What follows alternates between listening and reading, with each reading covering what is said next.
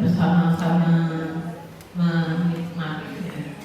Nah, ini tadi diminta menjadi pendidik yang selalu berkembang dalam mindset.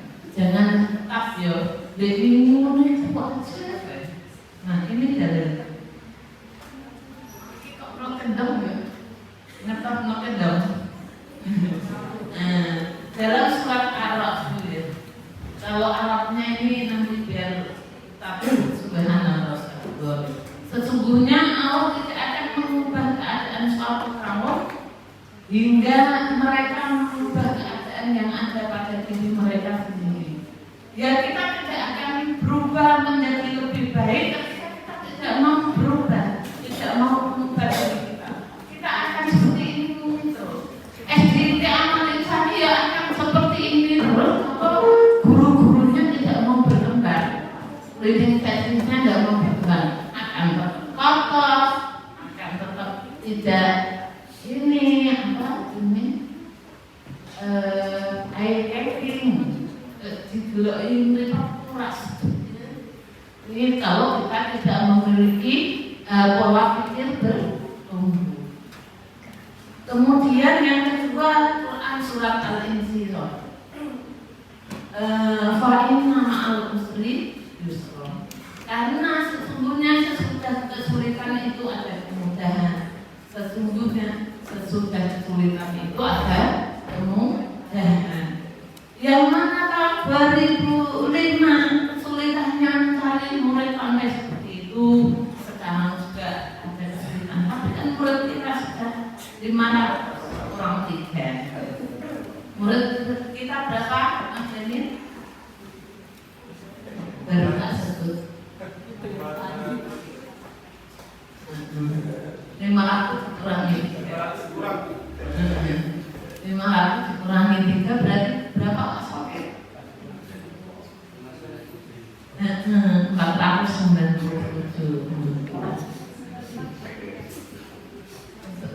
Berapa? 494. Kurang 6 Pak. Ternyata 494 ya. Yakinlah ya, panjenengan yang Bapak Ibu guru kemarin yang PPT itu kan diminta untuk nampol orang sing disuruh buat video, ternyata wis sudah ngasih makanan untuk anak-anak. Bagaimana sesuk ora nggo dadi meneh. Anakku ya seneng melu untuk bagian ketiplakan. Entuk pidadoan itu wis Mas pameran ini keluarganya dapat ini. Terus sing ayahe tapi nih lah di saya ya kan aku juga dapat Quran surat Al-Ankabut ayat 69. Dan orang-orang yang berjihad untuk mencari keridhaan kami benar-benar akan kami tunjukkan kepada mereka jalan-jalan kami. Bapak Ibu, untuk 3 ayat ini, apakah kita sudah masuk ke situ? Yang pertama, apakah kita sudah berusaha mengubah diri kita? Yang kedua, apakah kita sudah yakin bahwa setiap kesulitan itu, setelah kesulitan itu ada kemudahan? Ibu-ibu yang harus yakin. Waktu hamil kan sakit ya, capek, gak iso merem, wis lain wis seneng wae. Walaupun ada kapok. Oh, nek Pak Imam. Mau mencari lagi Pak Imam. Ya sakit tapi bukan kapok. Nggih, korban. Kemudian kalau hadis berbicara tentang growth mindset ini bagaimana? Yang pertama hadis riwayat Bukhari Muslim, bukan riwayatnya Pak Bukhari ya. Rasulullah SAW bersabda, mukmin yang kuat itu lebih baik dan lebih dicintai Allah daripada mukmin yang lemah. Nah, Bapak Ibu sudah di-share sepekan yang ada ormas bahwa kita diminta untuk olahraga minimal 30 menit sehari. Sing orang untuk sasaran orang ngaji bae orang mangkat. Waktu itu libur. Walaupun libur mestinya perlu disetel. Kita diminta olahraga 30 menit. Yo, saya semangatnya olahraga jalan kaki ya setelah dijar. Saya harus ingat hidup sehat. Kemudian hadis riwayat ini, barang siapa yang menempuh jalan untuk mencari ilmu, maka Allah akan membukakan baginya jalan menuju surga. Nek pengen sinau bagaimana untuk menuntut ilmu, kok iso sinau bae? Lah aku ya kumon, tapi aku seneng. Ngomongnya kok iso ya, kok iso. Belajar kuliah maksudnya, belajar yang lain insya Allah belajar. Mari Bapak Ibu, walaupun kita itu sudah sebagai Bapak Ibu guru tetap belajar, harus mengikuti perkembangan. Nanti Bu Lili, Bu, mengelola kelas itu ya perlu ilmu. Yang kok anaknya, murid-muridnya di kelas itu kok ide bokongnya berhenti, itu monggo tanya ke teman sejawat, teman sejenjang atau kakak tingkatnya untuk bagaimana cara mengelola agar pembelajaran di kelas itu kondusif. Setuju Bapak Ibu? Pak Fajar perlu belajar mengajar ini PDOK kepada Pak Nizam. Bagaimanapun Pak Nizam lebih senior, walaupun bukan guru olahraga resmi. Tapi kalau guru olahraga kan sudah ikut pelatihan. Maaf ya Pak Fajar, cuma saya mau tanya Pak Fajar, sebulan ini sudah belajar ke Pak Nizam apa?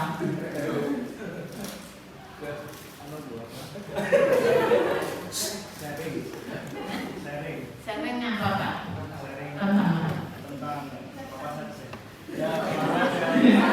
Olahraga yang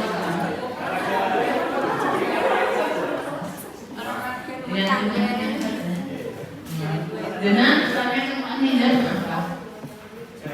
Ini apa misalnya apa anak-anak itu sukanya tentang olahraga yang apa namanya yang disukai kebanyakannya kesukaannya itu apa?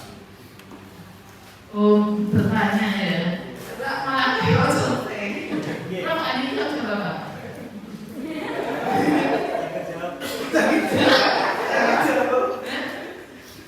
Apa ya Pak?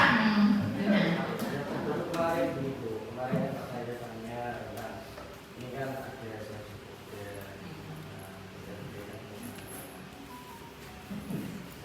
apa namanya? Saya kan selaku pendamping pernah terus mengajukan anak-anak ini kira-kira ikut seleksi itu bagaimana? Kira-kira di kecamatan. Nah, terus saya tanya dulu kemampuannya kenapa seperti apa? Karena olahraga kan berisiko tinggi. Kalau anak memang tidak mampu, contoh ya, renang untuk seleksinya itu 100 meter, anak hanya mampu berenang 50 meter kan tidak mungkin saya berbuat itu seleksi. Iya, terima kasih. Mari kita berikan aplaus kepada kalian yang konsultasi. Pekan depan belajar tentang pembelajaran PJK ya Pak. Terima kasih. Pak Nizam juga harus siap. Selanjutnya, apabila seseorang di antara kalian melakukan suatu pekerjaan, hendaklah ia melakukannya dengan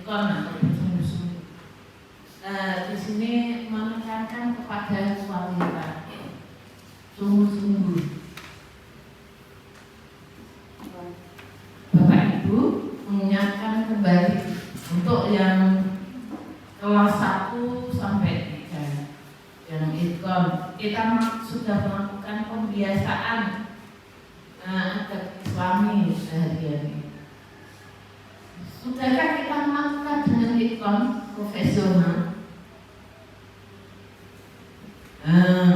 Untuk sholat duhanya, sudahkah kita untuk yang kelas 1 sampai 3 mengamati sholatnya anak ini sudah betul gerakannya, bacaannya. Kalau gerakannya itu apakah hanya mengamati saja? Kalau gerakannya masih salah, apakah kita sudah membetulkan? Kalau ikon ya kan seperti itu. Yang kelas 4 sampai 6 dan guru mapel, sudah kan kita tiap hari mendampingi anak-anak melakukan kebiasaan adat Islami. Kita itu enggak. Kenapa kok bilang begitu? Kalau sholat duha itu masih beberapa awal. Kadang malah guru siji, Pak guru siji. Padahal banyak. Kemudian bagaimana tentang proses sholat duha di masjid? Jam 7.20 itu anak-anak masih di kelas main. Kelas C mana lo? Kelas C. Kita kan kelas C musim mati. Ada aku wasit main sama temannya. Saya sudah 2 kali baik itu. Tapi yang terakhir karena saya wisata, akhirnya saya habis dari AKC itu, dari keliling ini, kemudian ke masjid. Setelah masjid menemani saya, minta tolong diumumkan nanti kalau Ustaz Arif kok sudah memulai bacaan di masjid dan anak-anak baru datang, anak-anak membacaan maksuratnya sambil berdiri.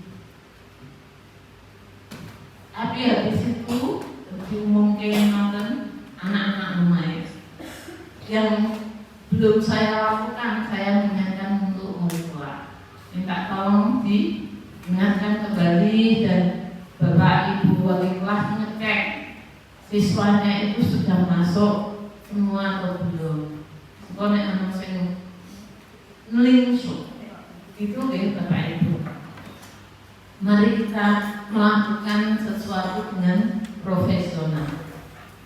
Kemudian jadi ground mindset dalam Islam itu adalah keyakinan bahwa kemampuan itu bisa berkembang melalui usaha, belajar, doa dan tawakal kepada Allah. Jangan fixed mindset. Nah, apa sih arti mindset itu? Mindset itu artinya cara pandang seseorang terhadap kemampuan dirinya. Nah, cara pandang kita. Kalau tadi ground bertumbuh, kalau fix itu ya tepat. Kalau di pembelajaran mendalam kemarin itu dikenalkan PPB sama PPP. Nek PPP dulu kan ini ya, yang kita kenalkan PowerPoint. Tapi ini PPT, pola pikir tetap. PPB, pola pikir berkembang atau bertumbuh. Nah, ada 2 jenis mindset ini. Fixed mindset yaitu kemampuan dianggap bawaan dan tidak bisa bergerak.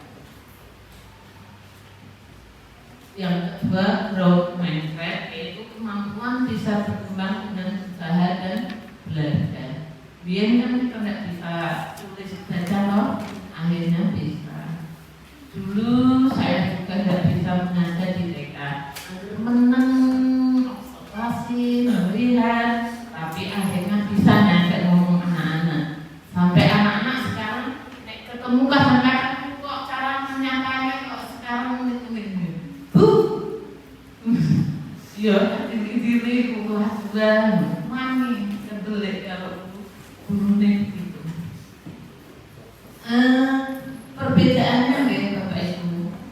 kalau di fixed mindset itu begini, saya tidak berbakat mengajar matematika, tapi kalau pola pikir bertumbuh itu saya bisa belajar strategi baru untuk mengajar matematika. Jadi pola pikir aku bisa berubah, aku kok kayak iso, walaupun sebelumnya tidak bisa tapi mengatakan begitu. Saya tidak berbakat mengajar matematika, tapi dia akan mengatakan saya bisa belajar strategi baru untuk mengajar matematika. Siswa ini memang malas, sulit berubah. Kemudian kalau growth mindset itu setiap siswa itu mempunyai potensi untuk berkembang. Jadi takutnya yang dulunya seperti itu tidak bisa. Tapi jangan berpikir gini Bapak Ibu, dumeh kene pengen jadi wong sabar, pengen ini lebut gitu. Kalau ada anak-anak yang tidak baik kepada kita, sikap terhadap guru itu kurang bagus, jangan dibiarkan.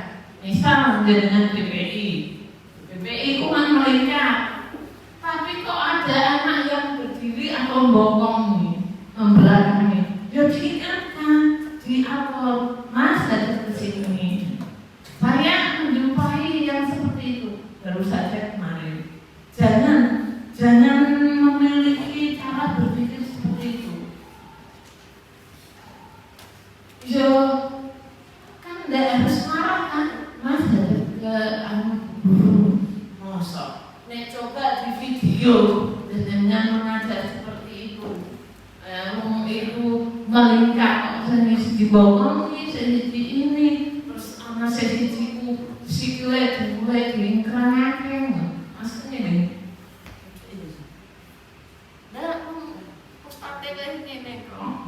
Gurunya kok itu Bapak Ibu tolong diingatkan, ajari adab ya, terhadap murid kita, adab murid terhadap guru maksudnya Bapak Ibu tanamkan karakter itu pada anak-anak. Wah dengan saja tidak bisa seperti itu kan, kalau berbicara dengan temannya ya baik, kalau mau duduk ya kok membatasi temannya kita seperti itu ya, ajarkan kepada anak kita.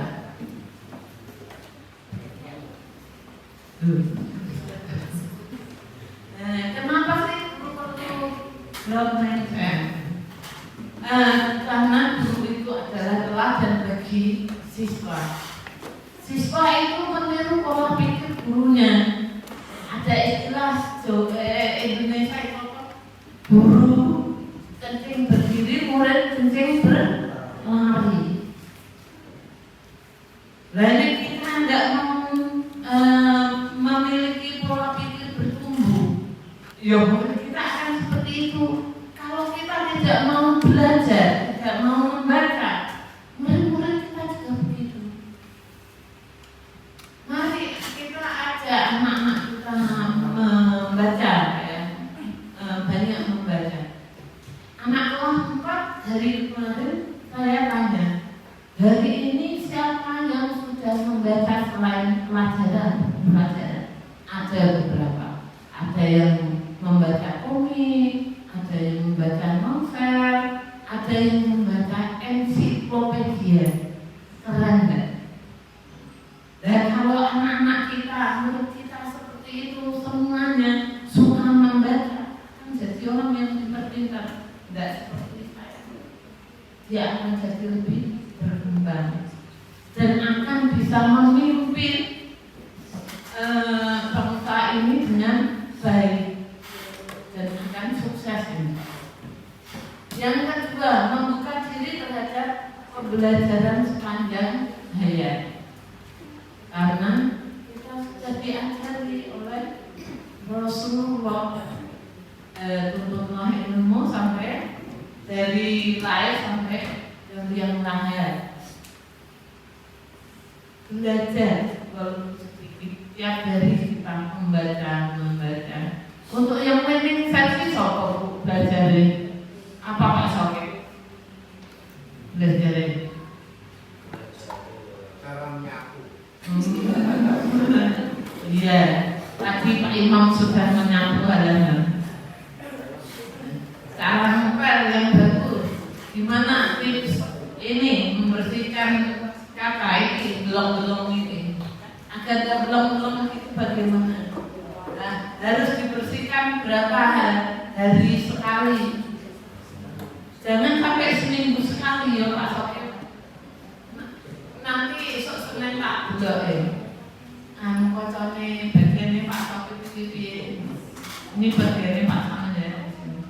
Lebih kreatif dan adaptif terhadap perubahan kurikulum, kemudian membangun lingkungan kelas yang positif.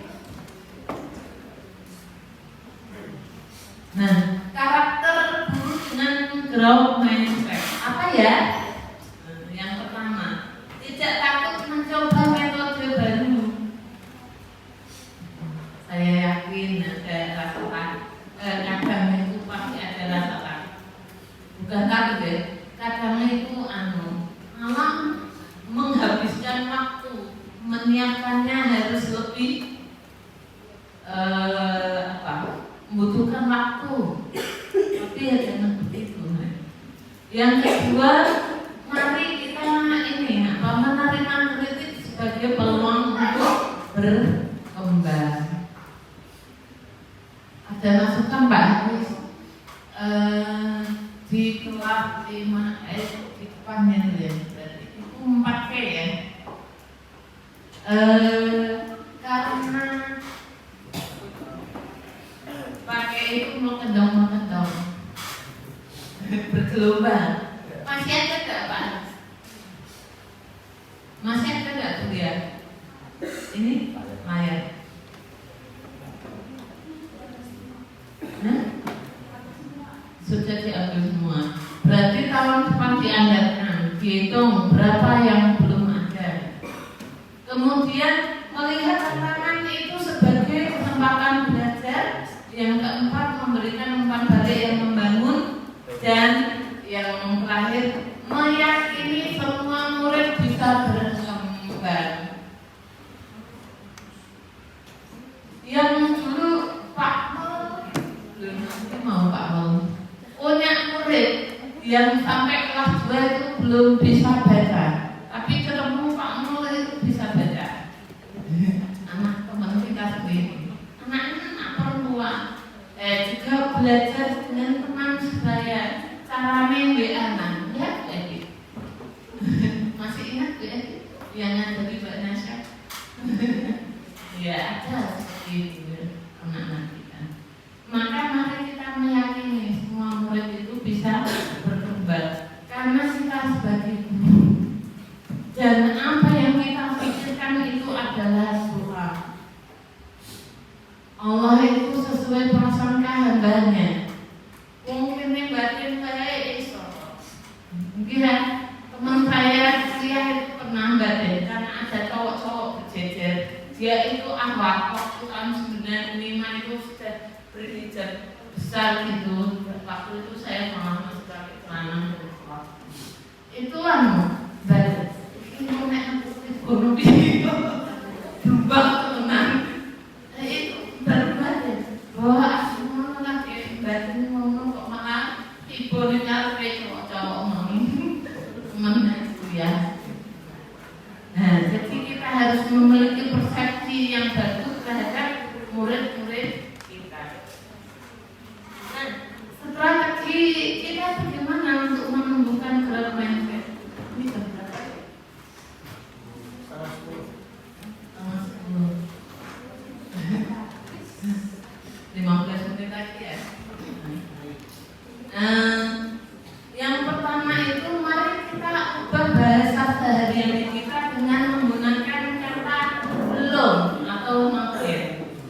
Nah, bagaimana sih? Ini kalau kalimat yang fixed mindset itu saya tidak bisa matematika, maka gantilah saya belum bisa matematika. tapi saya bisa belajar lagi. Nah, kedua, kamu salah berarti kamu tidak paham. Misalnya guru ini cara guru. Kemudian maka mari kita ubah kalimat kita terhadap anak didik kita. Jawabanmu belum apa. Mari kita coba lagi dengan cara lain. Ojo ini salah. Nek biar yo ngono dene. Mari kita belajar seperti ini ya, Bu. Nah, anak ini memang tidak pintar membaca. Nah, mindset kita yang kalau sekarang yang growth mindset itu anak ini belum lancar membaca. Ayo kita latih bersama di kelas 1 ya.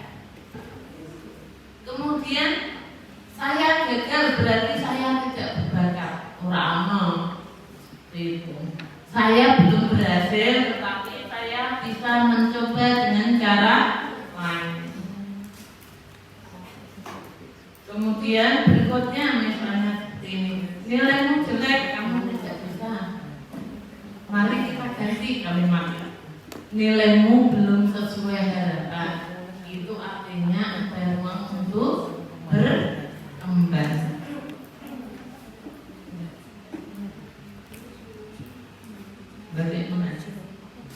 Bapak Ibu, mari kita juga ini untuk menumbuhkan growth mindset itu kita fokus pada proses bukan pada hasil. Ojo agar nambahi bijinya, nanam biji, terus apa nek nambahi biji apa? Nek nyakitin nanam biji, nambahi apa? Natural. Orang natural. Hilang. Yang ketiga, rayakan usaha dan ketekunan siswa. Kalau memang ada yang baik, mari kita berikan ungkapan semangat, reward, kemudian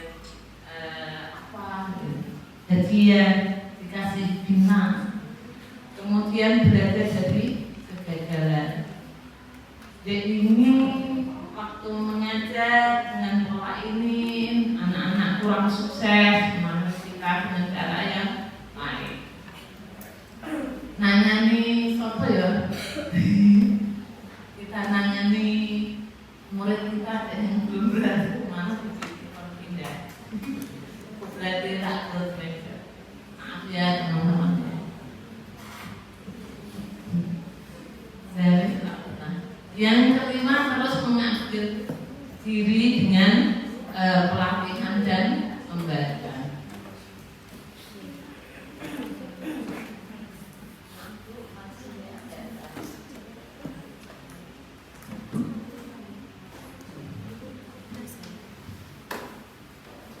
Kalau pelatihan mungkin kalau kirim itu ya mau, jangan tidak mau. Nah, sedang ini. Kalau yang mungkin sudah mengikuti PPG tahun ini tentang mindset, growth mindset ini sudah tahu. Nah, dampak bagi siswa apa? Siswa lebih percaya diri, tidak takut salah, memotivasi, mencoba hal baru, prestasi meningkat karena memiliki usaha yang konsisten. Inspirasi kita bahwa bakat itu bisa membawa kita sejauh mungkin, tetapi usaha dan kegigihan akan membawa kita lebih jauh. Lebu pohon apa ini?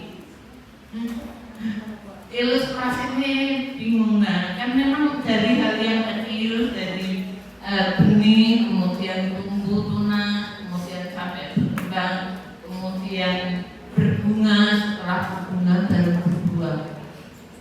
Jadi dengan kegigihannya itu akhirnya berbuah. Misalnya buah pohon kelapa itu yang ingin dia itu bermanfaat bagi semua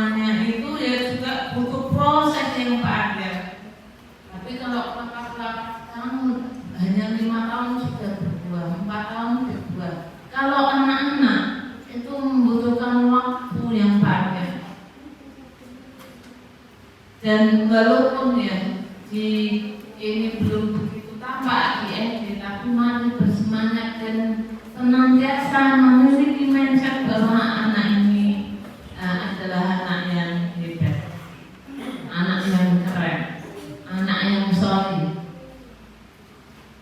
Kemudian Bapak Ibu, guru dengan growth mindset itu adalah sama dengan guru yang menginspirasi, memberikan inspirasi kepada yang lain, baik kepada teman sejawatnya, kepada murid-murid. Mari tumbuh bersama murid kita. Bagaimana kalau kita memiliki program 1 bulan membaca 1 buku wis apik ya. Ojo cilik itu kadang minggu 1 buku. Gimana? Bapak Ibu, setuju? 1 buku, 1 judul buku. Jangan judulnya saja. Nanti dievaluasi. Boleh laporan di grup FTT. Luna saya sudah baca ya. Nek tidak punya buku boleh ke rumah saya pinjam. Bisa. Demikian Bapak Ibu yang bisa saya sampaikan, semoga bermanfaat dan mari bersemangat untuk berkembang menjadi lebih baik. Allahu Akbar. Hanya ekstrim yang lain tadi. Oke, matur semoga Allah ijazah pola pikir kita. Assalamualaikum warahmatullahi wabarakatuh. Lanjut ke materi selanjutnya, kita speaking dulu Ibu, supaya Ibu dan Bapak maksudnya, supaya tidak pegal duduk terus-menerus. Monggo boleh berdiri. Baik, ini speakingnya mungkin ada yang sudah pernah melaksanakan gitu ya. Namanya buka tutup. Ada sudah pernah?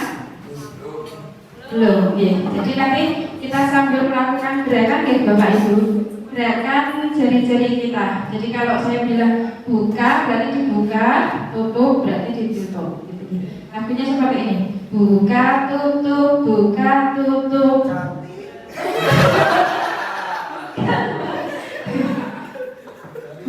Lagi ya. Buka tutup, bertepuk tangan. Buka tutup, bertepuk lagi. Gulung, digulung, gulung, lalu tersenyum. Digulung, gulung, digulung, gulung, lalu tertawa. Oke. Saya yang menyanyi, Bapak Ibu juga ikut mendengarkan, tidak apa-apa dia sambil gerakan. Nanti semakin lama semakin cepat. Atau ya Bapak Ibu? Bersiap. Oke, ya mulai. Abasa. Buka tutup, bertepuk tangan, buka tutup, bertepuk lagi, digulung, gulung, lalu tersenyum, digulung, gulung, lalu tertawa. Buka tutup, bertepuk tangan, buka tutup, bertepuk lagi, digulung, lalu tersenyum, digulung, lalu tertawa. Tepuk tangan untuk kita semua. Saya menyampaikan materi yang kami dapatkan kemarin dalam pembelajaran mendalam guru yang waktunya itu 6 hari gitu Bapak Ibu, dari hari Sabtu, Ahad, Senin, Selasa, Rabu, Kamis, dan ini diringkas jadi berapa menit, jadi disingkat sesingkat-singkatnya seperti itu. Semoga tidak mengurangi. Walaupun mungkin sangat singkat, tapi kita di SDIT beberapa tahun yang lalu saat COVID ya kalau tidak salah sudah mengikuti juga atau mendapat tentang deep learning ya, ADLS introvert. Kalau pas kemarin saya ikut pelatihan ini sih sebenarnya ya sama gitu ya. Cuma kalau kita di CSIT itu ada penekanan khususnya di ukhrawi seperti itu ya.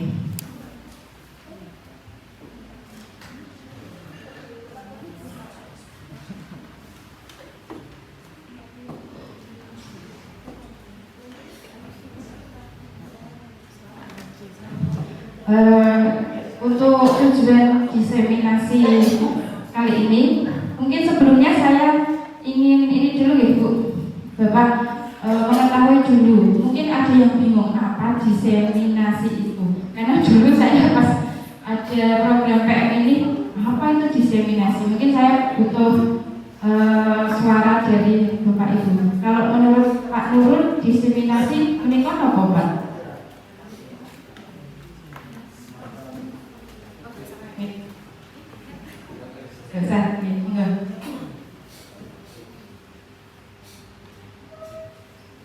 Diseminasi, ketika kita mendengarkan tadi diseminasi,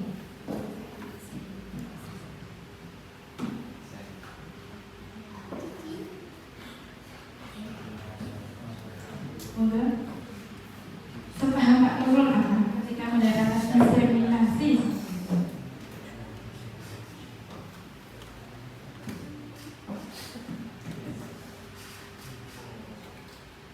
Bingung Pak? Ada yang mau bantu Pak Nurul? Diseminasi, Bu Suli mungkin ahli bahasa. Nularke. Jadi diseminasi itu bahasa saya pengindasan atau menularkan. Kalau kemarin dalam Rayang Guru, bagi yang bisa menyampaikan pendapat benar atau salah kita apresiasi nih Bapak Ibu. Maka kita kasih Bu Suli, dikasih apa? Dikasih B, kasih O, kasih B. Wow, keren. Wow, keren. Wow, keren. Ya, seperti itu. Kemarin saya serahkan ke anak-anak itu senang Bu ketika ternyata berani mengungkapkan pendapat saja ketika kalau kita mengapresiasinya, anak itu langsung muncul gitu nih rasa percaya dirinya seperti itu. Untuk tujuan diseminasi kali ini, ya, pengindasan atau menularkan ilmu yang kami dapatkan kemarin. Yang pertama, harapannya nanti Bapak Ibu memahami konsep PM atau pembelajaran mendalam. Yang kedua, mengetahui prinsip dan langkah-langkahnya. Jadi kalau kita melakukan pembelajaran secara mendalam itu sebenarnya langkah-langkahnya yang seperti apa? Kita sudah menerapkannya atau masih melakukan pembelajaran surface namanya, apa yang hanya sekedar menyampaikan, anak-anak menjawab soal dan lain-lain seperti itu. Yang ketiga, ketika kita sudah memahami, ya, mengetahui, maka harapannya nanti kita bisa mengaplikasikannya dalam pembelajaran kita sehari-hari. Mungkin ini juga yang sudah kita dapatkan dulu kala di waktu dari CSIT itu juga menganjurkan untuk melakukan pembelajaran secara mendalam. Mungkin Bapak Ibu. Nah, sekarang kita masuk ke apa itu pembelajaran mendalam. Mungkin yang PPG ini ya, materinya sama atau beda yang ke PPG? Ini materi PPG-nya tentang ini pembelajaran mendalam.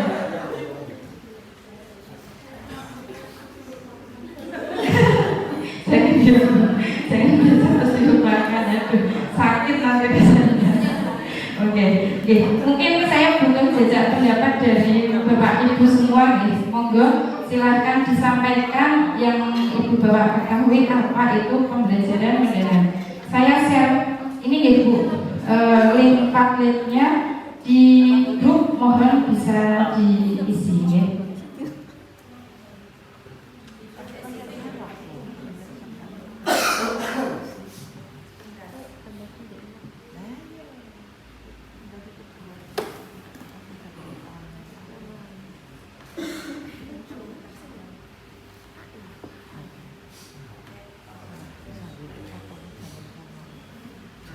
Sudah saya kirim, sudah masuk.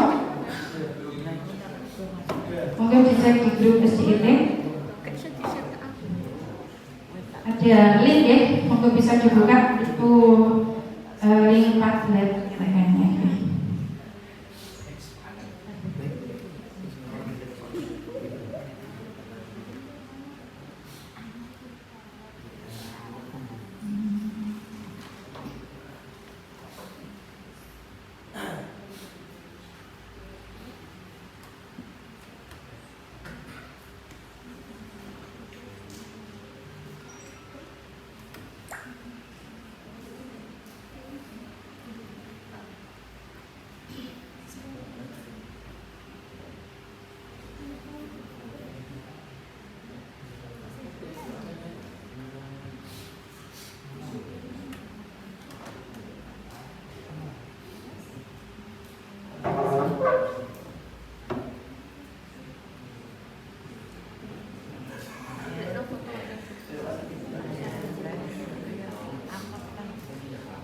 Itu untuk subjeknya diisi nama nih, nama Bapak Ibu guru. Terus nanti bisa menyampaikan apa itu pembelajaran modern. Bisa diakses ya Bapak Ibu, bisa dibuka? Bisa? Ini sinyalnya muser-muser.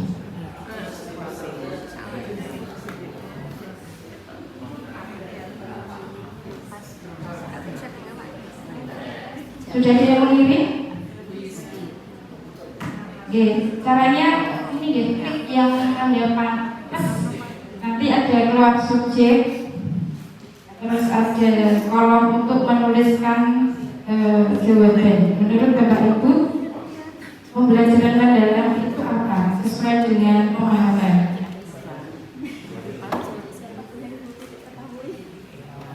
Pembelajaran mendalam itu apa?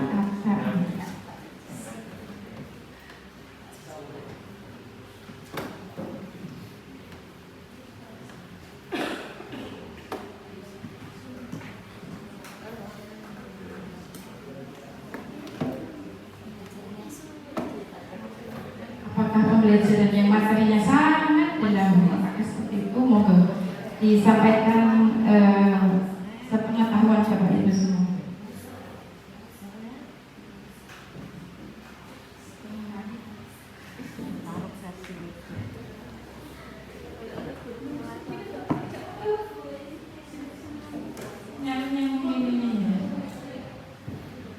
Keluar sebenarnya.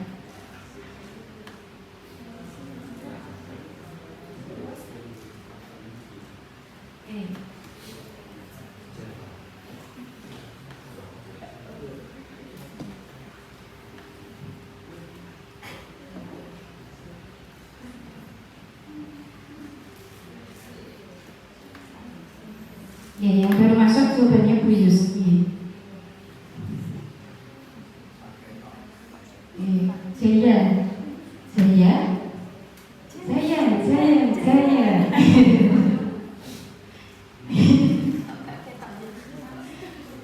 Menurut Bu Yuski, pembelajaran yang bermakna bagi siswa begitu mendalam sampai jenuh, yaitu mendalam. Kalau menurut saya, pembelajaran yang sulit terlupakan. Untuk Bu Yanti, proses belajar yang tidak hanya berfokus pada menghafal, tapi lebih pada pemahaman, keterkaitan konsep, penerapan pengetahuan, dan kemampuan berpikir kritis kreatif. Ini kalau musik, Pak bisa juga canggih Bapak Ibu untuk pendapatnya masing-masing.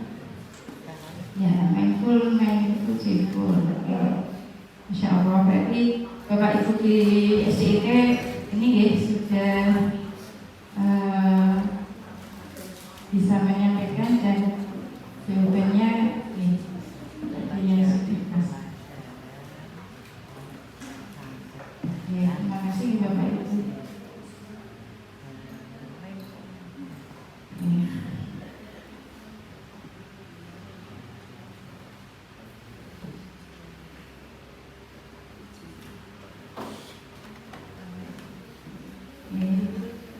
Satu 2, 3, 4, 5, 6, 7, 8, 9, 10, 11, 12.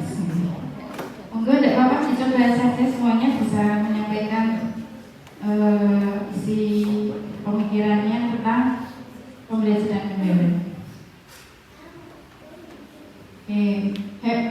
Hopeful beliau Husna itu kuliah, kuliah. Ya, saya siswa bisa menceritakan kembali apa yang sudah diceritakan dulu. Asal kuliah. Itu refleksi awal nih dari Bapak Ibu semua. Atau mungkin karena kita kemarin sudah mendapatkan materi itu nih, jadi paling tidak sudah sedikit tahu atau mungkin lebih banyak tahu dibandingkan saya gitu ya, tentang pembelajaran mendalam. Terima kasih atas partisipasinya Bapak Ibu. Monggo tepuk tangan untuk kita semuanya.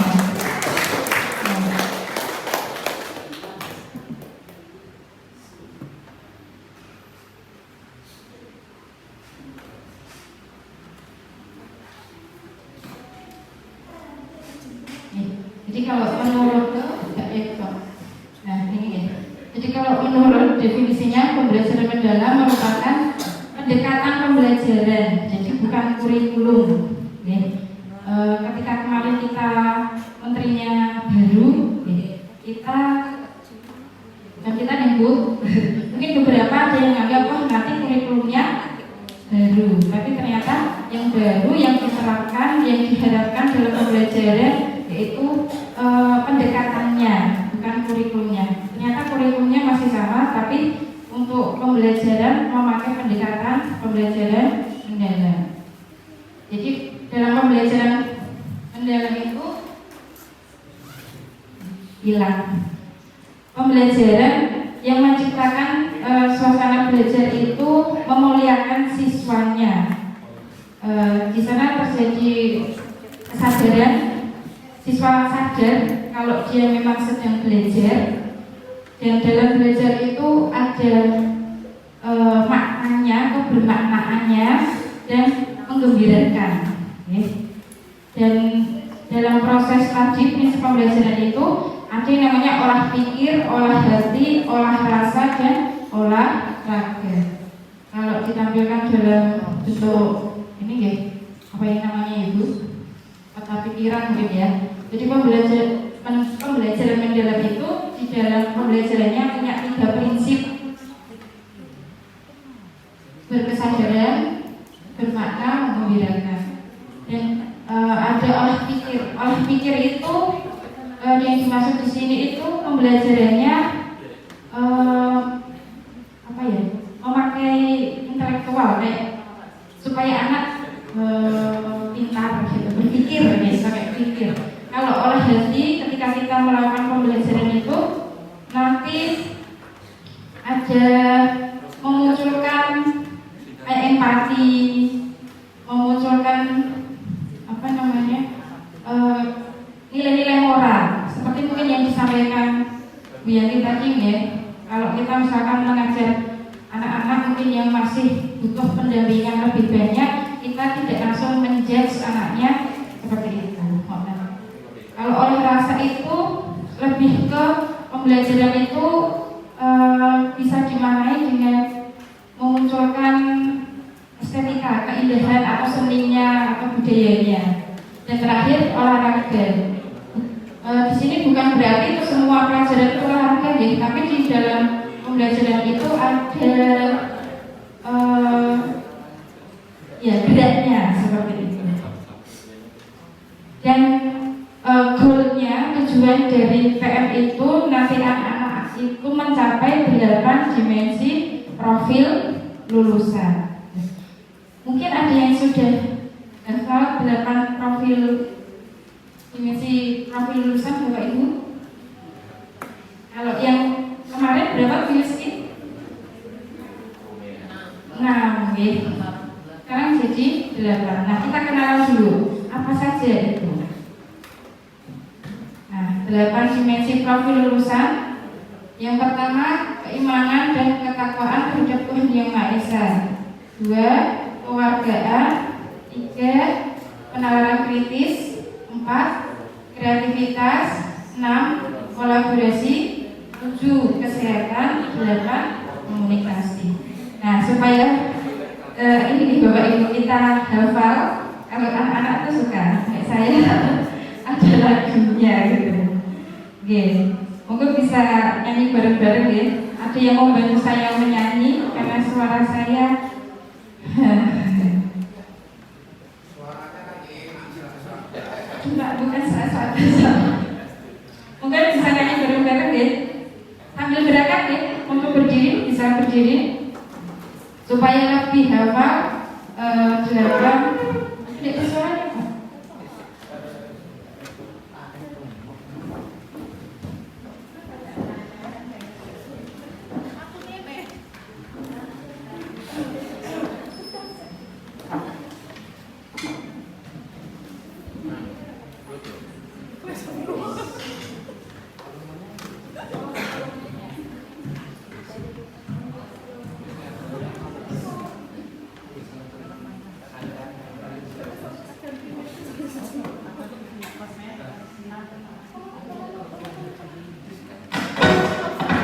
Oke.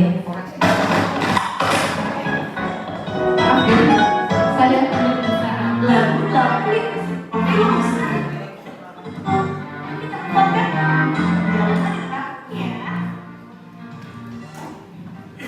Monggo Bapak Ibu, biar tidak belum kita bisa senang. Mari kita pahami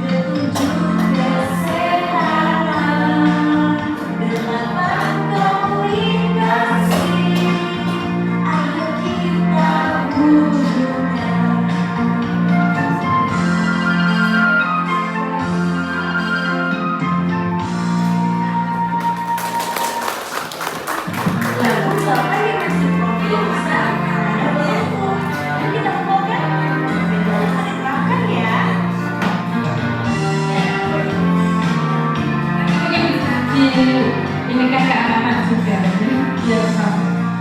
Mari kita pahami selamat kelulusan, selamat keimanan, ilmu ketakwaan, ilmu kewargaan, nalar kritis, kreativitas, kolaborasi.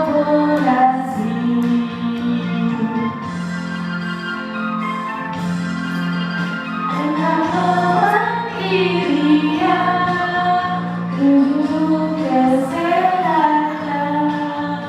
8 komunikasi. Ayo kita wujudkan 6 kemandirian, kesehatan, 8 komunikasi. Ayo kita wujudkan.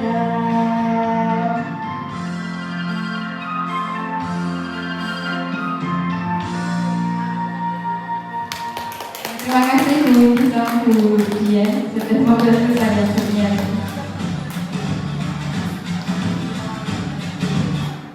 Oke, lanjut ya Bapak Ibu. Oke. Seperti yang di awal tadi bahwa dalam pembelajaran mendalam prinsipnya ada 3 ya.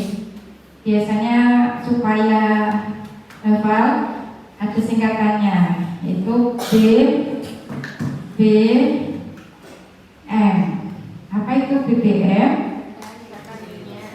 Berkesadaran, bermakna, menggembirakan. Nah, kalau dalam bahasa Inggrisnya tadi yang ditulis Bu Hani ya, apa tadi Bu Hani? Apa tadi? Mindful, meaningful, joyful. Nah, maksud dari berkesadaran itu apa nih Bapak Ibu? Jadi ketika kita melakukan pembelajaran mendalam, kita pastikan bahwa anak-anak itu dia posisinya fokus atau apa ya, sadar penuh gitu ya, bahwa dia posisinya belajar. Mungkin kalau di kelas saya ketika belajar gitu, saya temui anak-anak masih di awal-awal itu belum banyak yang fokus ya. Masih ada yang main, masih ada yang ngobrol dan sebagainya. Nah, mungkin bisa diawali di pembelajaran itu ada trik-triknya supaya anak-anak masuk ke fokus belajar. Nah, ini yang dimaksud dengan berkesadaran. Yang kedua, bermakna.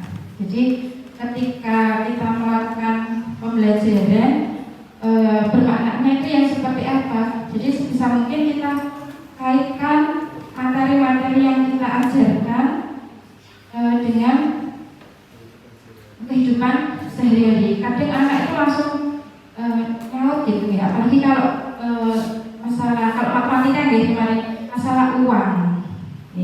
Kalau uang itu cukup apa? Langsung bisa gitu. Kok kamu tahu gitu? Tapi kalau misalkan tidak dikaitkan tadi dengan uang itu agak bingung anak-anak. Jadi kalau kita ngajarkan kemarin kayak materi pecahan ya, kalau kelas saya kelas 6 itu kalau menghitung perkalian biasa tentang pecahan itu masih banyak yang bingung gitu. Tapi ketika dikaitkan dengan pecahan, dikaitkan dengan uang gitu, ada nyaut gitu. Jadi mungkin dalam pembelajaran mendalam ini biar terjadi kebermaknaan dalam pembelajarannya bisa dikaitkan dengan kehidupan sehari-hari. Mungkin ada yang mau menyampaikan saat melakukan pembelajaran sudah mengaitkan materi dengan kehidupan sehari-hari. Mungkin Bu Lili mau menyampaikan yang pernah dilakukan di kelas, pelajaran apa gitu yang dikaitkan dengan kehidupan anak-anak. Mungkin kita sebenarnya sudah pernah melakukannya gitu, pelajaran. Untuk Bu Lili sharingnya pakai mic gitu Bu? Oh betul, iya monggo. Gak usah pakai mic, gak usah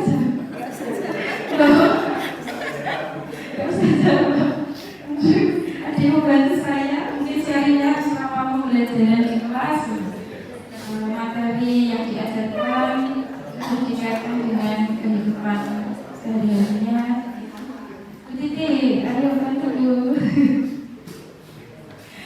Kalau kemarin waktu kami melakukan ini guys, pembelajaran di kelas itu yang Wendy, itu ada teman kami yang dari Karimun Jawa gitu. Jadi beliau cerita itu di pulau apa Bu Wendy? Ginting ya, di Pulau Ginting. Jadi beliau itu ngajar di Pulau Ginting, Karimun itu masih 2 jam katanya nyebrang. Jadi sampai Karimun, kalau mau ke Pulau Ginting itu masih nyebrang lagi 2 jam. Nah, di sana muridnya total 1 SD itu sekitar 30-an. Jadi satu kelas hanya 5 anak itu. Jadi beliau itu mau mengajarkan ke anak-anak tentang pembelajaran mendalam tentang zebra cross dan traffic light, Bapak Ibu. Ya, kan mungkin kalau kita di Pulau Jawa mungkin sering melihat ya zebra cross, traffic light, lampu hijau itu loh. Nah, tapi ketika disampaikan di sana, anak-anaknya bingung, zebra cross itu apa Pak? Gitu katanya. Terus lampu traffic light itu apa? Gitu. Karena mungkin di kehidupan sehari-hari mereka di sana tidak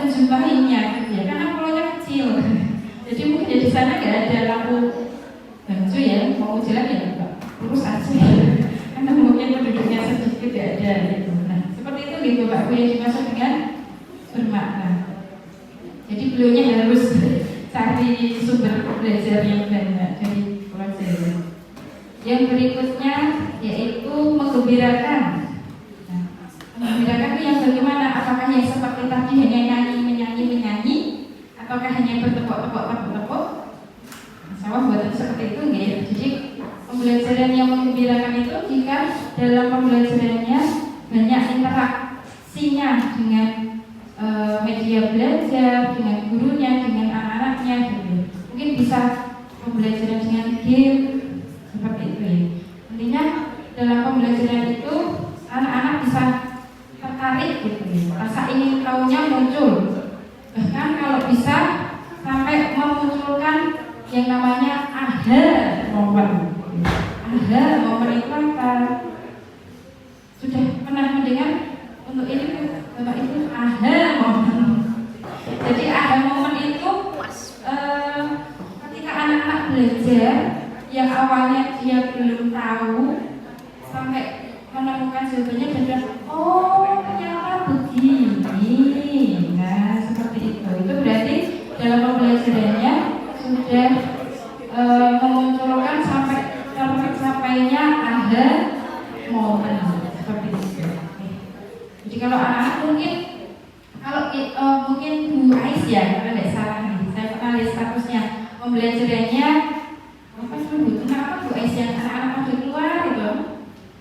Statusnya jenengan saya pernah lihat fotosintesis. Nah mungkin kalau kita hanya di kelas hanya menyampaikan materi-materinya tanpa mungkin anak-anak langsung berkaitan gitu, tidak praktek ibaratnya gitu. Mungkin anak-anak nggak begitu bermakna gitu, nggak mendalam apa itu fotosintesis. Tapi ketika kita melakukan pembelajarannya yang seperti itu ya Bu, kita lihat oh ternyata fotosintesis kayak gini. Nah seperti itu.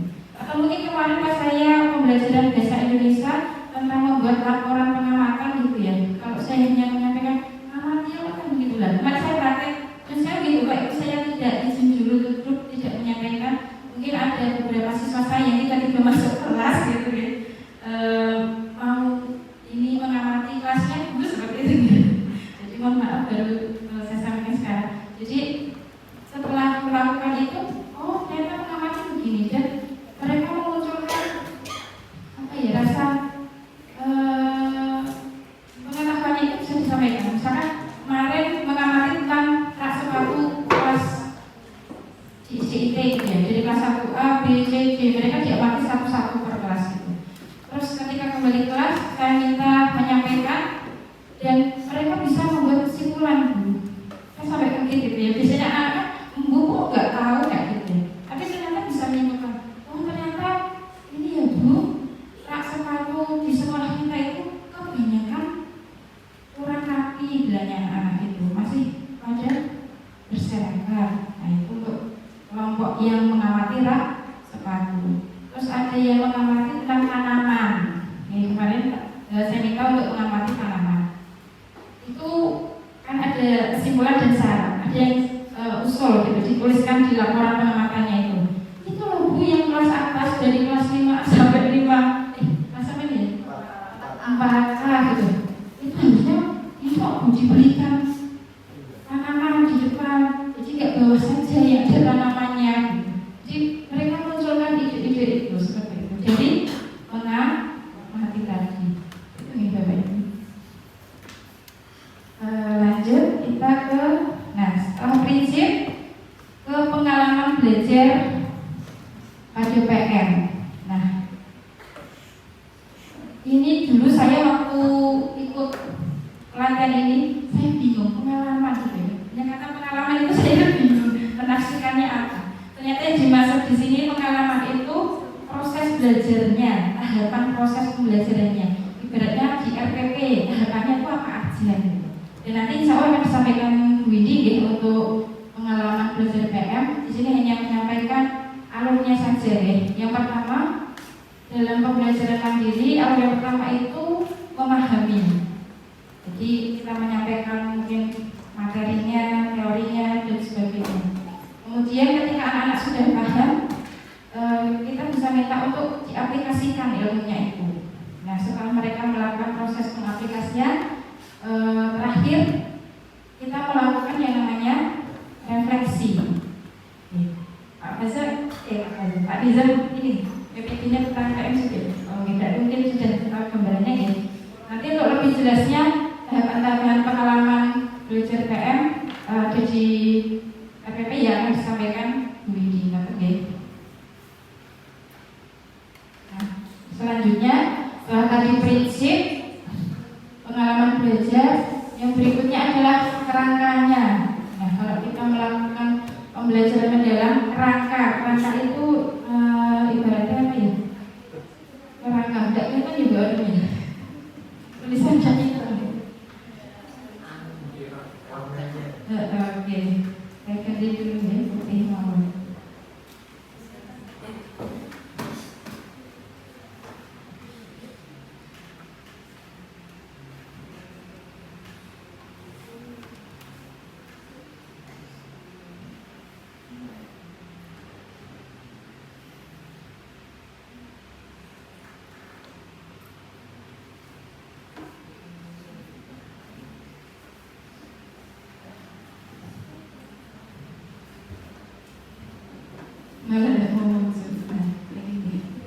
Kerangkanya, kalau dalam pembelajaran mendalam, kerangkanya ada 4. Yang pertama yang harus dilakukan guru yaitu melakukan praktek pedagogis. Praktek pedagogis di sini yaitu guru itu merancang mulai dari tahap awal, ada proses pembelajarannya, metodenya apa, terus nanti di akhir melakukan evaluasi belajarnya. Jadi kayak skenario, membuat skenario pembelajaran. Itu yang dimaksud dengan praktek pedagogis. Yang berikutnya kemitraan pembelajaran. Jadi ternyata ketika kita menerapkan pembelajaran mendalam, kita butuh yang namanya mitra pembelajaran. Mitra di sini yang dimaksud itu kolaborasi, bisa dari siswa dan guru, siswa dan lingkungan atau masyarakat, ataupun ketika kita butuh ahli, seorang ahli, kita bisa berkolaborasi tadi bermitra. Jadi kalau pas kemarin Pak saya yang dari Karimun itu Pak Mustafa itu melakukan pembelajarannya berkolaborasi dengan para nelayan, karena beliau di Karimun ya, di sana mayoritas adalah nelayan. Ketika melakukan pembelajaran matematika kalau nggak salah kemarin ya Bu, itu melibatkan para nelayan, anak-anak belajar tentang bilangan cacah. Jadi anak-anak diminta atau mengamati nelayan itu dapat ikannya tiap hari berapa kilo seperti itu. Jadi itu berkolaborasi atau mitra, ada mitra dari masyarakat sekitar seperti itu. Yang ketiga, kerangka PM yaitu lingkungan pembelajaran. Jadi ketika kita melaksanakan pembelajaran, dipastikan terlebih dahulu bahwa kita belajarnya itu dalam kondisi yang nyaman, terus media-medianya yang akan digunakan selama pembelajaran itu sudah disiapkan seperti itu. Yang terakhir yaitu pemanfaatan digital. Kalau mungkin zaman sekarang ini kita sudah kita sudah melakukan pembelajaran, beberapa sudah pakai ini Ibu, pakai LCD seperti itu. Itu termasuknya ke pemanfaatan digital. Lanjut. Nah, setelah melakukan pembelajaran, salah satu tugas guru yaitu melakukan asesmen. Asesmen itu nopo gitu. Apa Pak Nizam asesmen? Penilaian. Jadi kita menilai. Nah, kalau kemarin K13 itu kita pengambilan nilainya kan ada apa Bu saya panggil? Keterampilan ya, pengetahuan seperti itu ya. Kalau dalam PM itu asesmennya apa saja? Yang pertama yaitu asesmen formatif, yang kedua asesmen sumatif.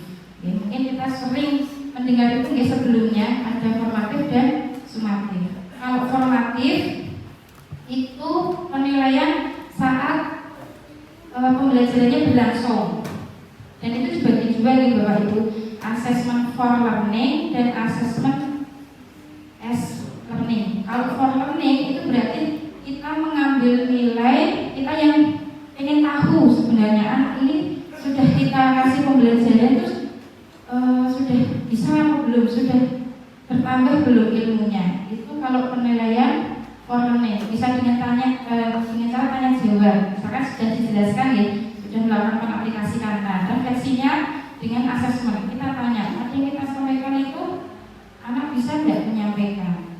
Nah itu untuk for learning. Tapi untuk as learning, penilaian itu berfokusnya kepada siswa itu sendiri, bisa melalui refleksi diri, atau penilaian antar teman.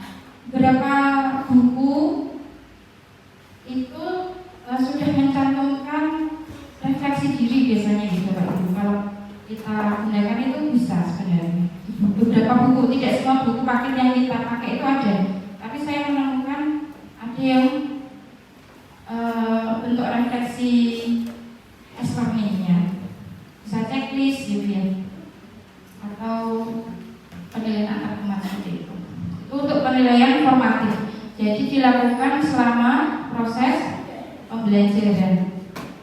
Adapun untuk yang asesmen sumatif, nah ini assessment of learning, berarti di akhir subbab seperti itu ya. Ketika kita sudah menjelaskan semuanya, kita mau mengambil asesmennya yang dinamakan ini assessment of learning. Jadi kayak tes ulangan seperti itu. Ya, itu tadi ya Bapak Ibu. Nah di akhir ini ya, jadi yang saya sampaikan banyak tadi, kalau dirangkum itu ada rumusnya Bapak Ibu, namanya rumus PM. Jadi ada 4 kerangka pembelajaran, 3 pengalaman belajar, 3 prinsip pembelajaran, dan tujuan akhirnya goal dari PM itu adalah terciptanya 8 dimensi profil lulusan. Mungkin saya mau mereview sebentar. 4 kerangka pembelajaran tadi apa gitu Pak Ibu? Iya, kayak Ibu jawab ya. 4 kerangka wadahnya tadi. Apa yang sudah dicatat? Oh iya Bu Anu. Iya, saya harus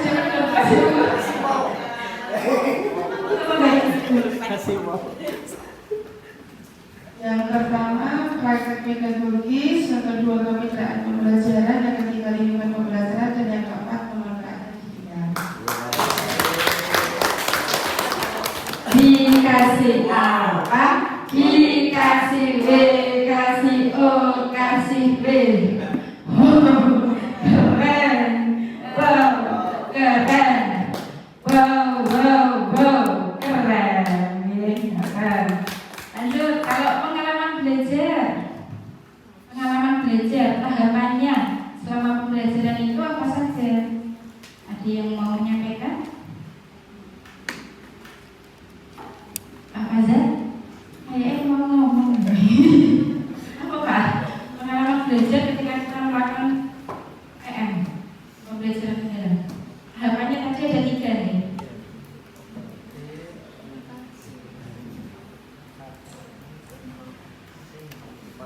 Lupa, tadi mau bantu Pak Mazhar. Pak Nizar lagi. BBM itu ya? Pak Sinar? Pak Sinar apa? Kalau yang BBM itu yang pengalaman belajar apa prinsip? Prinsip. Kalau prinsip itu BBM. Kalau yang pengalaman belajar, pengalaman berarti kayak tahapan-tahapan melakukan belajar.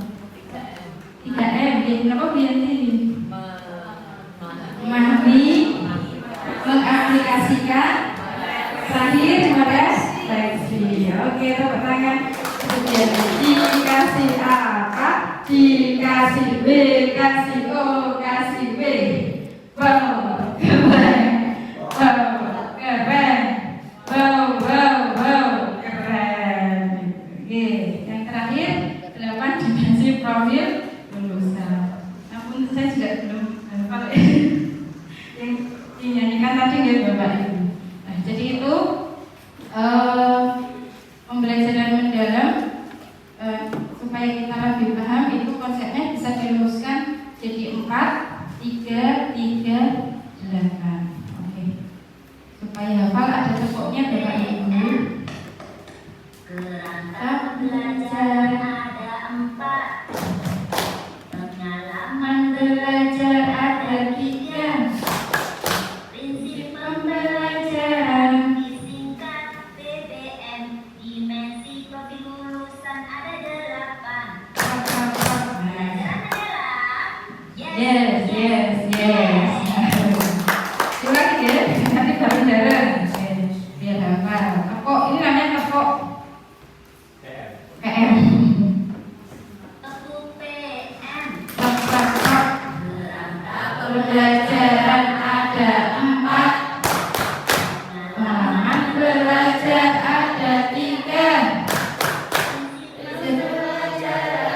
disingkat BBM, dimensi profil lulusan ada 8. Yes.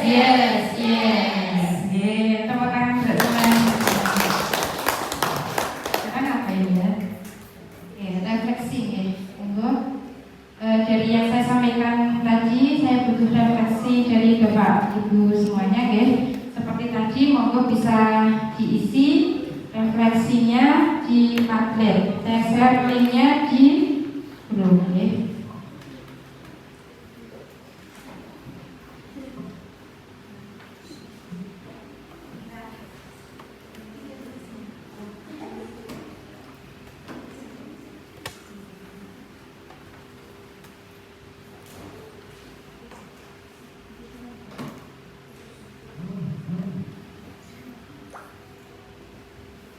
Sudah saya share nih Bapak Ibu, mohon bacanya untuk mengisi pada linknya. Pertanyaannya, apa pemahaman baru yang Bapak Ibu peroleh tentang PM setelah mengikuti diseminasi kali ini? Bisa disampaikan, ditulis di Padlet. Sudah bisa masuk nih Bapak Ibu? Oke, bisa diisikan.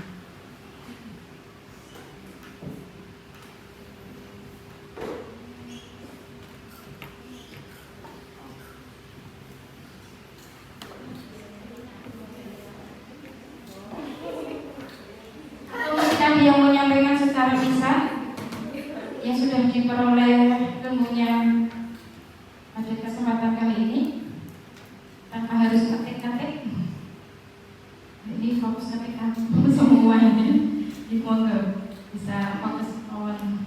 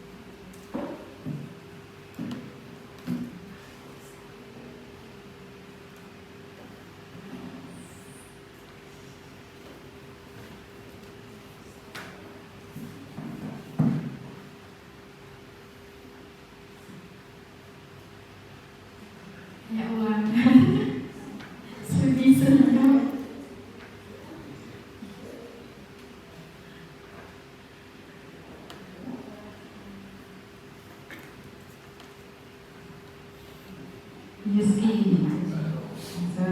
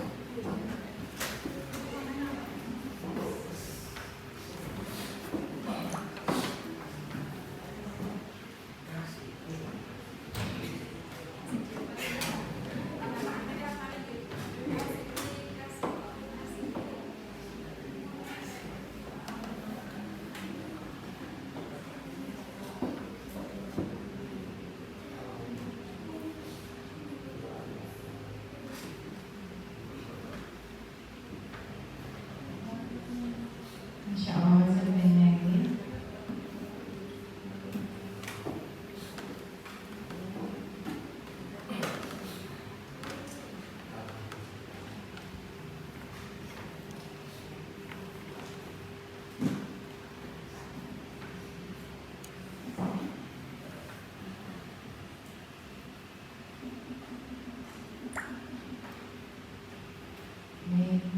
Matur suwun Bapak Ibu semua atas partisipasinya.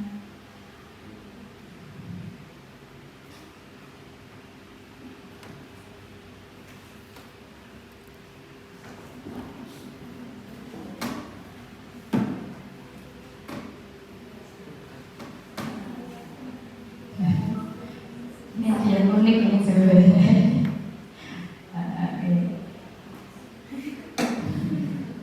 Mungkin Pak Subhan bisa menyampaikan maksud dari seling.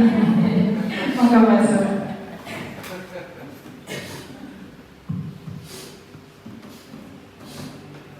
Ternyata yang bidan yang dicari. Ternyata yang bidan yang dicari. Mungkin sedikit banyak dari beberapa wawasan teman-teman juga. Ininya hampir sama, tinggal kita menerapkannya dalam kesehariannya.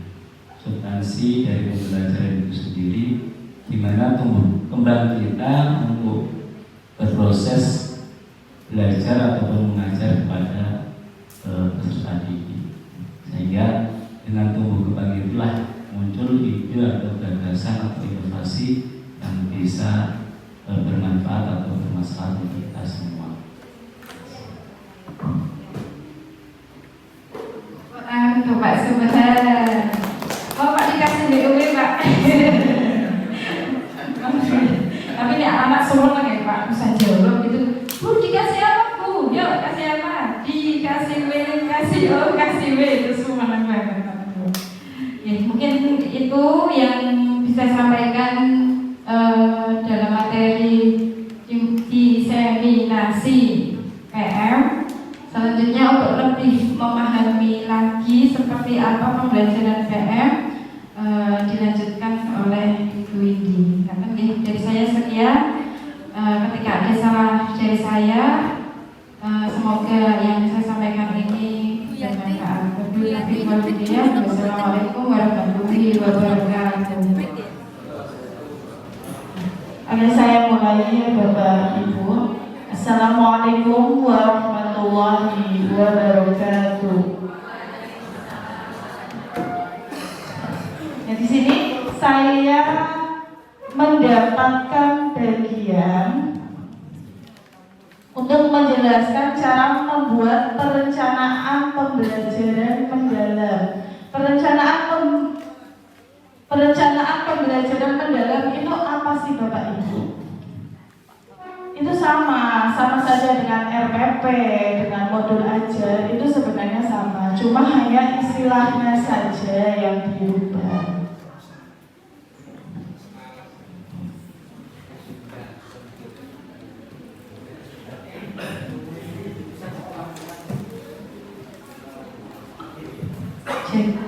Cek, sudah ya, as, sudah ya.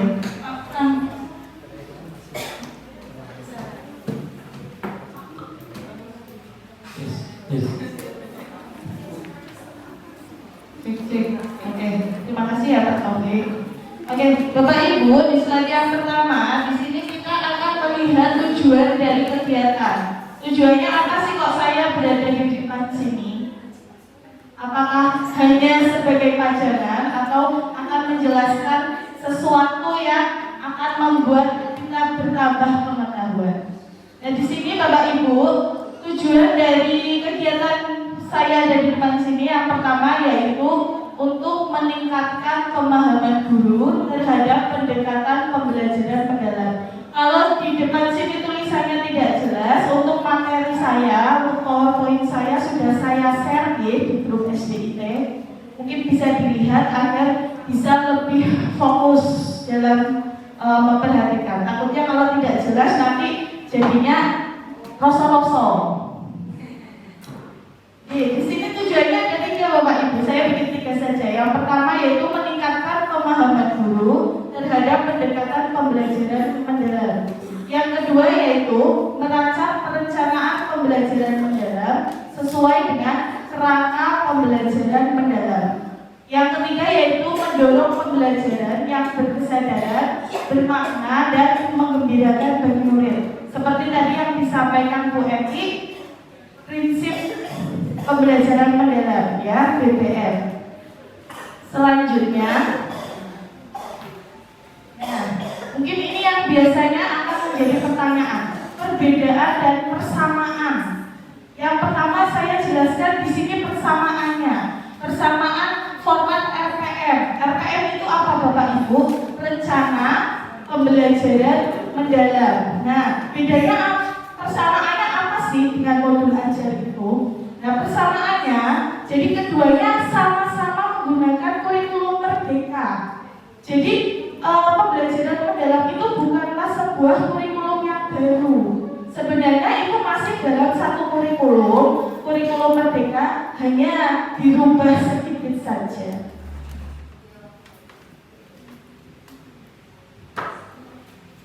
Selanjutnya yaitu perbedaan format RPM dan modul ajar. Bisa dilihat di situ. Saya sambil lihat laptop ya, karena tulisan di layar juga kurang jelas. Nah, kalau dalam kurikulum merdeka, Bapak Ibu, itu ada tiga bagiannya, yaitu yang pertama informasi umum, yang biasanya kalau kita membuat RPP itu ada di bagian atas, atau biasanya identitas RPP-nya. Selanjutnya yaitu ada komponen inti dan yang ketiga ada lampiran. Nah, berbeda dengan pembelajaran mendalam. Kalau dalam pembelajaran mendalam itu yang pertama ada identifikasi, yang kedua ada desain pembelajaran, yang ketiga ada pengalaman belajar, dan yang keempat ada asesmen.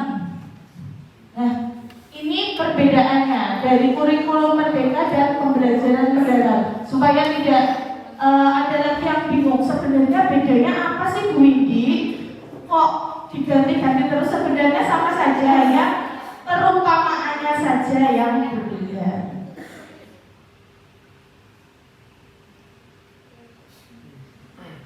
Nah, selanjutnya ini tadi penjelasan dari tadi kan tadi perbandingan dengan modul ajar. Nah, ini berfokus. Sekarang kita fokus pada format RPP pembelajaran mendalam.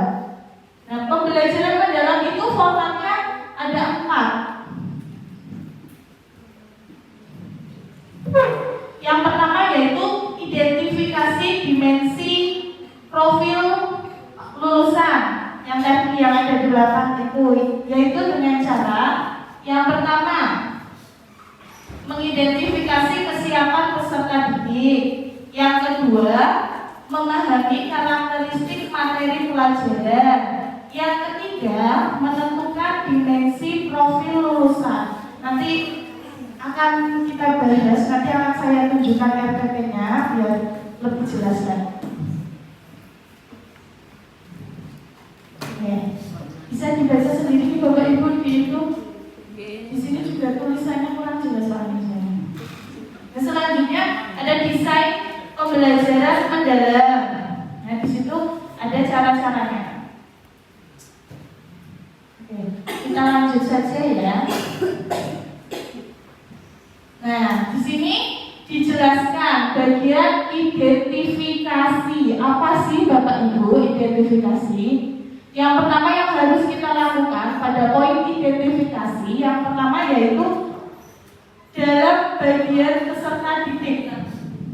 Nah, kita melihat bagaimana kesiapan awal dari peserta didik kita.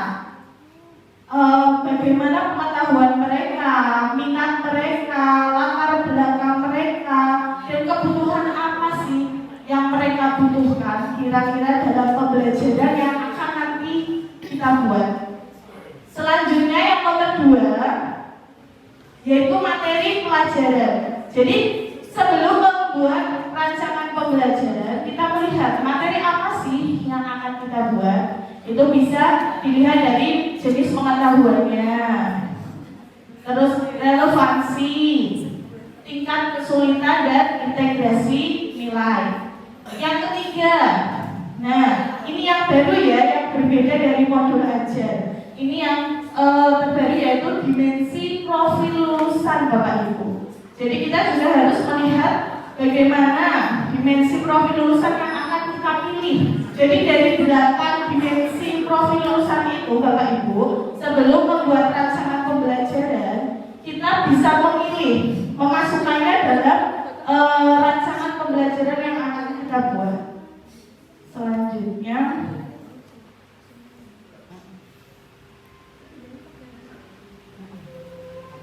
selanjutnya setelah identifikasi yaitu desain pembelajaran. Capaian pembelajaran. Yang pertama ada capaian pembelajaran. Yang kedua ada topik pembelajaran. Yang ketiga ada tujuan pembelajaran. Yang keempat ada lintas disiplin ilmu. Nah ini yang baru ya. Sepertinya kan kalau CP, TP, terus tujuan itu kan sudah biasa kita dengar di kurikulum Merdeka yang di modul ajar kemarin kan sudah ada. Sedangkan kalau di rancangan pembelajaran mendalam ini, di sini ada yang baru Bapak Ibu, yaitu lintas disiplin ilmu. Apa sih itu lintas disiplin ilmu Bapak Ibu? Jadi dalam pembelajaran itu kita tidak hanya berfokus pada pelajaran itu saja. Misalnya seperti tadi dicontohkan oleh Bu Eti, ada teman kita yang berasal dari Karimun Jawa itu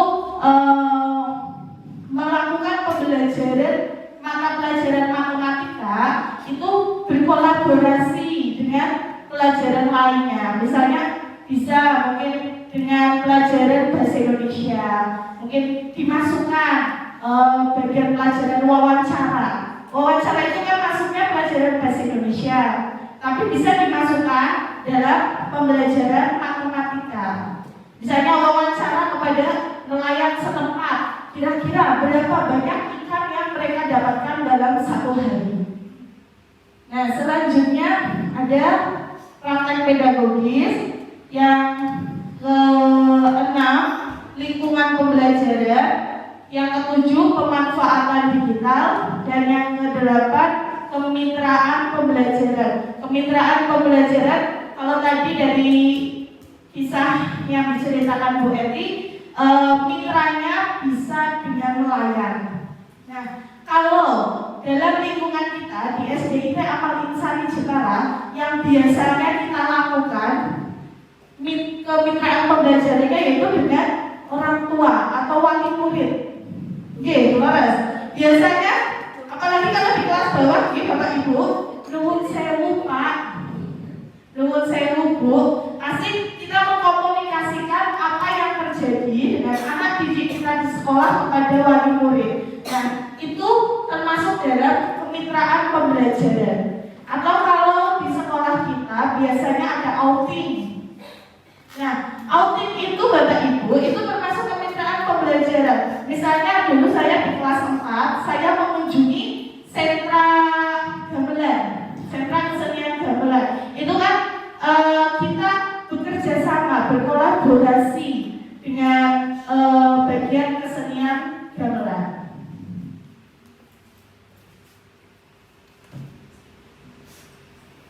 Nah, selanjutnya pengalaman belajar seperti yang dijelaskan Bu Eti tadi. Apa ada yang masih ingat pengalaman belajar?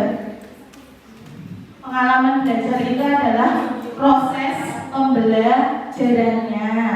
Ada 3 Bapak Ibu. Ada bagian awal, ada bagian inti, dan ada bagian penutup. Nah, seperti RPP pada umumnya, hanya diganti saja menjadi pengalaman belajar. Saya agak cepat ya, nggak apa-apa nih Bapak Ibu, biar cepat selesai.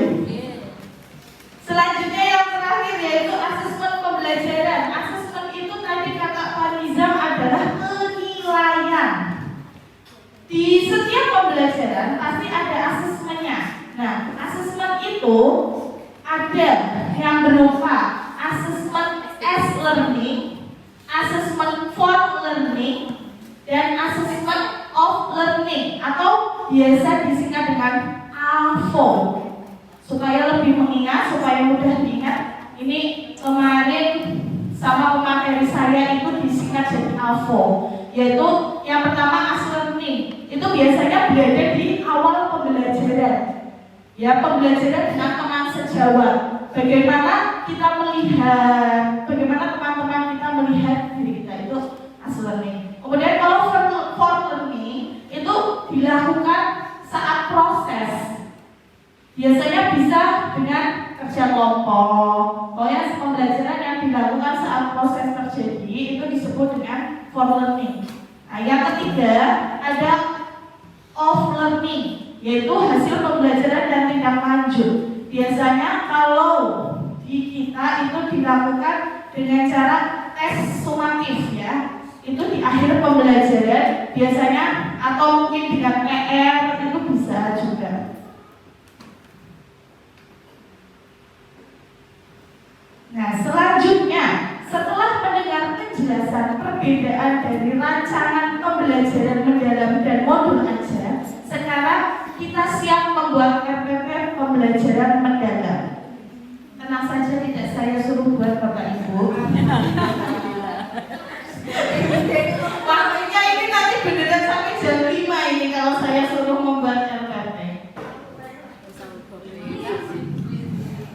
Ibu Yati. Nah, ini saya berikan contoh saja di Bapak Ibu. Ini adalah contoh RPP yang saya buat.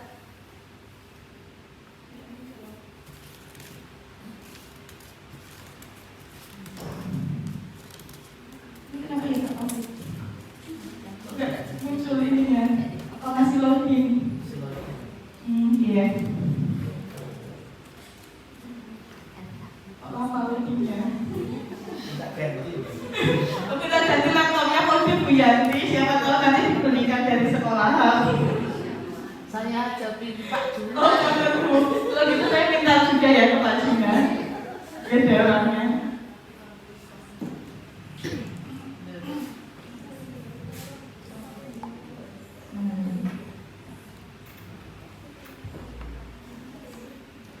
Nah, alhamdulillah sudah bisa dibuka. Nah, Bapak Ibu, di sini saya punya contoh RTP-nya. Kemarin kebetulan saya dijadikan guru model di kelompok saya, kelompok terus saya langsung. Oh, udah muncul lagi. Oke, kebetulan saya kemarin itu jadi guru model. Jadi kurang lebihnya RPP saya itu diobservasi sama satu kelas saya. Jadi insya Allah sudah mendekati benar. Insya Allah Bapak Ibu. Cuma mohon dikoreksi lagi kalau misalnya ada yang kurang. Nah, di sini saya berikan warna-warna ini biar bisa membedakan.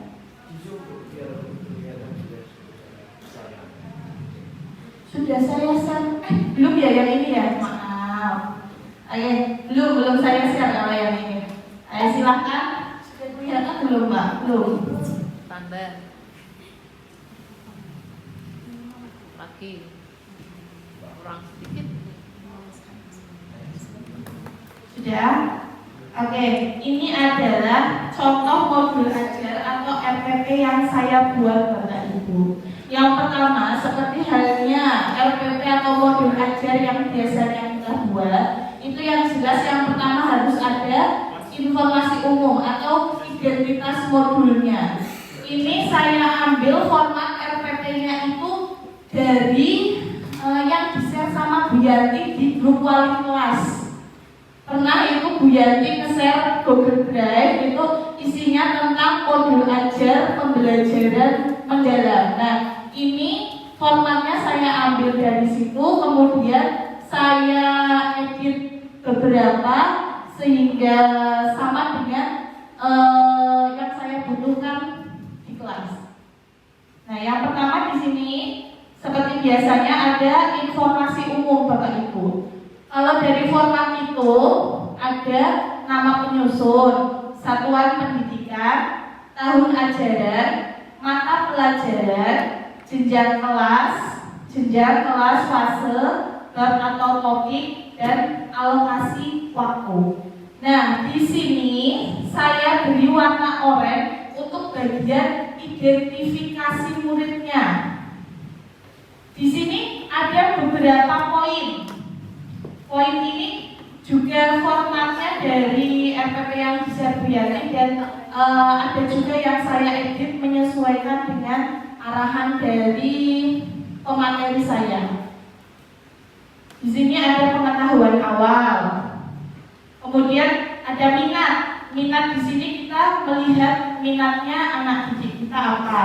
Terus kira-kira kebutuhan mereka dalam proses belajar itu apa. Anak-anak ada yang visual, ada yang audio visual, kemudian apa lagi itu satu lagi? Apa? Nah, ada yang kinestetik. Kebutuhan anak-anak itu kan berbeda-beda. Ini bisa kita fokuskan di awal dulu sebelum membuat rencana pembelajarannya, kegiatan pembelajarannya. Selanjutnya ada materi pelajaran. Tentunya Bapak Ibu sebelum membuat rancangan pembelajaran kita harus tahu kira-kira materi apa yang harus kita buat. Selanjutnya ini dimensi profil lulusan ini tadi yang baru yang ada 8 itu. Kalau di RPP saya ini RPP-nya tentang pendidikan Pancasila kelas 2 bab 2. Di sini ada keimanan dan ketakwaan terhadap Tuhan Yang Maha Esa. Ini juga menyangkut tentang kalau di JS kita itu tadi Rawi. Ini sama saja berdoa bersama sebelum dan sesudah pembelajaran. Bisa juga misalnya kita masukkan hadis-hadis atau pembelajaran yang berkaitan dengan agama. Di sini saya mengambil ada 1, 2, 3, 4, 5 dimensi kelulusan. Ya, karena dikait-kaitkan. Selanjutnya, nah di sini di bagian desain pembelajarannya. Di sini ada CP, ada lintas disiplin ilmu, ada tujuan pembelajaran, dan praktik pedagogis. Terus ada kemitraan pembelajarannya. Ini dari siswa, guru, wali murid. Terus lingkungan pembelajaran dan pemanfaatan digital. Selanjutnya adalah pengalaman belajar. Ya, pengalaman belajar di sini ada bagian memahami, kemudian mengaplikasi dan merefleksi. Selanjutnya yaitu, nah ini asesmennya, bagian penilaiannya, asesmen. Nah terakhir yaitu di sini ada pengayaan dan remedial, refleksi diri peserta didik dan pendidik, kemudian lampiran-lampiran. Dalam lampirannya itu kita lampirkan tugas-tugas untuk siswanya, kita lampirkan di sini. Oke. Alhamdulillah sudah selesai Bapak Ibu. Kita sudah membuat satu buah SPP bersama-sama dalam waktu 20 menit. Alhamdulillah. Pinter Pak. Oke, kita mengatur waktu. Kalau saya jadikan bikin SPP beneran sampai jam 5 kita. Ya Bapak Ibu, terima kasih. Sebelum saya tutup, bolehlah kita ice breaking sebentar. Sudah saya siapkan, monggo silahkan berdiri sebentar. Oke, kita mulai ya. Saat saya bilang konsentrasi, bisa dijawab dengan konsentrasi dimulai. Sudah siap? Are you ready? Oke, konsentrasi. Konsentrasi dimulai. Kita mulai. Ada satu palu ditambah satu menjadi dua. Ada dua palu ditambah satu menjadi tiga. Ada tiga palu ditambah satu menjadi empat.